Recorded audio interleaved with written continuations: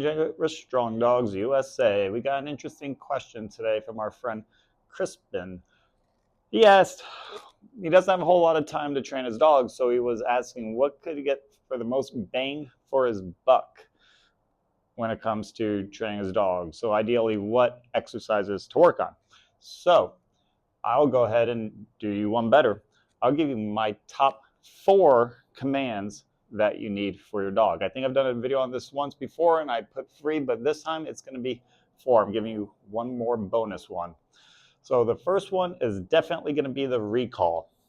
The recall is by far the most important command / skill you can teach your dog.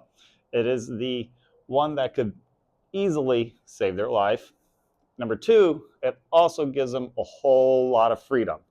So, but if you can't call your dog to come, then that freedom becomes a liability, and that's where issues happen, where problems arise. And the last thing you ever want to do is put your dog in jeopardy. So if your dog won't come to you when they're called, that's a problem. And that's why I always say it's the number 1 skill your dog should be able to do is come when they are called. Now, throughout these whole other exercises or commands, there are levels to all these things, so you can progress the parameters of each of these so you can constantly work on a ton of shit. And most of the things you see in most people's videos or advanced dogs videos are just levels up on all these, and so get ready. So number 2, after the recall, again, work on it, scale it up with distractions, things like that, especially when they want to start breaking. That's where you know you've got to work, okay? So recall, number 1. Number 2 would be the leave it. The leave it will be basically a disengagement, whether if it's a leave it as in there's shit on the ground, food on the ground, wild animals, cars, hello. So this way they get totally disengaged from it and put their focus and attention into something else. That is the point of a leave it. Yes, most people just say leave it and they want to turn away, but they're a little bit more nuanced than that. Number 3 would be the stay. Now, I never actually teach stay. Anyone who's watched this channel or any of my videos long enough knows I don't actually say stay, whether if it's in a down or a sit, place, or a bed. Never do it, because it's kind of like when I was, when you're a kid and your parents tell you to go to your room, you just go to your room. They never said when to come out. You just go there and, yes ma'am, yes sir, I'm going to my room, and that's it. There's no ifs, ands, or buts. There's no negotiating. Same thing with the sit down, crate, place.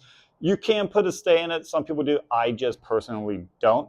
But the point is to teach them patience, self-control, because eventually they're going to want to break. And that's where you guys see where their threshold is at. It's see, especially again with distractions and other things that will want to incentivize them and entice them to break.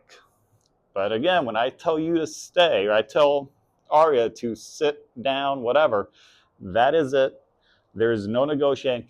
If she breaks, there is that threshold we were talking about, then we can go ahead and put a correction and put her back in place. These are so fundamental. These 4 commands are so fundamental. People and trainers, myself included, you can go on Strong Dogs USA and get some of these programs. Yes, I'm still developing mine, of course, because they're never ending, but you can go on and sell these programs for $100, okay? I could go ahead, and I am trying to sell these programs for $100 because they're so fundamental, and because how you can start integrating and working them together, that you can put a full program together and make it last for not just, the puppy years, the adolescent years, but years for your dog to see, how well they progress. And the more you progress these, the better your dog will be. So these are not new. These are tried and true commands that every dog should know. Okay, so veering off. But so we had the recall, we had the leave it, we had the stay. I'll go ahead and do the bonus one for the fourth one, and I'll say heeling. Heeling to me is more of a skill than an actual command. However, most people hate their dog pulling, and it's one of the biggest problems and one of the biggest reasons why people don't walk their dog enough is because they constantly pull on the leash and are pulling them. So I'll say heeling, because this way you don't always have to correct or remind them with a leash. So this way you'll enjoy your walks more. But here's how you can integrate it. Look at this. They got good leash control, which means hopefully they have some understanding of the leash and some impulse control because you have a good leave it. You can go ahead and do a sit, and you not have to worry about them breaking because of cars or animals or anything like that.